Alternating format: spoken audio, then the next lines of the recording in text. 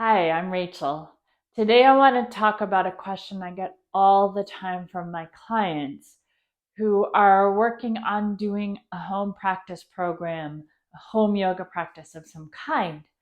And often they notice that when they practice with me or they practice in class, they hold the poses for longer and maybe they do the poses differently and they have different focus than when they do it at home. And so the question that comes out of this is how long is the right amount of time to hold a pose or to do a particular practice, or how many repetitions of this should I do? And that's a great question.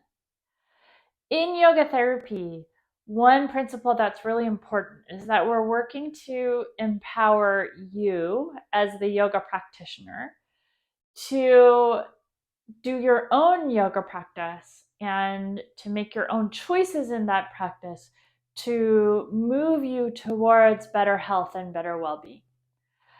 And so rather than tell you how long you should hold any particular pose, I really would like to help guide people to understand better what their own bodies and what their own internal feedback systems are telling them about when it's time to stop. Now, nobody wants to get hurt, and I don't want you to get hurt doing your yoga practice either. But I find that when we use these techniques of connecting with and trusting and honoring our own inner guidance, that people are able to do practice in a way that is helpful and that doesn't cause harm. And so there's a few things to think about when you're doing your yoga practice. First and foremost, I advise people to move slowly and to start small so that they can use mindful observation to see whether the practice is helping them or not. When you're doing movement, particularly, we want you to move in a range where you are not noticing pain or other physical or mental symptoms increasing. The same goes, in fact, for any other practice that you do. So if you're doing a meditation or you're doing a breathwork practice, the way that I teach is that we don't want symptoms to be going up. They might still be present, underlying, but they're not going up as a result of the practice that you're doing. The other thing that I teach people is how to pay attention to the quality of the movements that you're doing. So we're looking for movement that feels smooth, that feels well coordinated, and that you're able to isolate the movement of a joint first before you start getting more of the body involved. When you're doing a movement or a pose, it's really important to notice how it feels as you begin. So you're going to notice any sensations, any discomfort. You're going to adjust how you're doing the practice so that you're not increasing symptoms.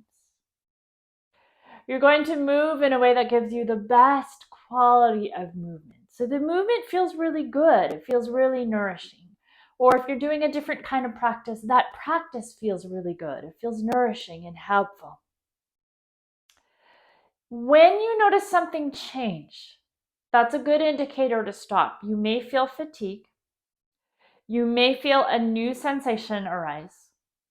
You may notice that the quality of the movement starts to go down. So more things start to help out, more body parts start to help out with the movement that you're doing, or the movement gets shakier or less coordinated. All of those are good indications that it's a good time to take a rest. And then the last thing that is really important is that after you do the practice, that you take some time. The mindful awareness doesn't stop. The observation continues afterwards and indeed out into your life throughout the rest of your day. So you notice what the results are of the practice that you did. And if the results feel like they're moving you in the direction you want to move in, then you're doing that practice in a way that's supportive. And if you're getting results that you don't like now your back hurts after you did that particular pose, then your body is asking you to do something different. And if you're not sure what that is, that's a great place to get some feedback from a teacher or a yoga therapist who has training in this area. The last thing I would say is that it's really not so much about doing the practice right or doing the practice wrong. If you can come to your practice with a spirit of play and curiosity, and really let it be an investigation of what is going on in here, what is going on in the inner landscape of the body mind before you do the practice, during the practice, and after the practice. And what information does that give you about what you as a unique individual need to move towards healing, to move towards a place where you are thriving to the best of your ability in your life? I hope this is really helpful. I know it's a bit general because every situation is different, but I hope it gives you a little bit more idea about what kinds of things to be paying attention to in your practice. Ideally, you'll be able to use these concepts once you learn them to support yourself in not only a home practice, but also in a practice in a class or a studio or a group, and also in your life when it maybe doesn't look like yoga practice, but yoga is more than poses. So we're doing the mindful observation, we're caring for ourselves, we're bringing a sense of honesty and curiosity and kindness to our entire lives as we do this practice. Please, if you have questions or you want specific clarifications, go ahead and ask me in the comments. I would love to answer those for you.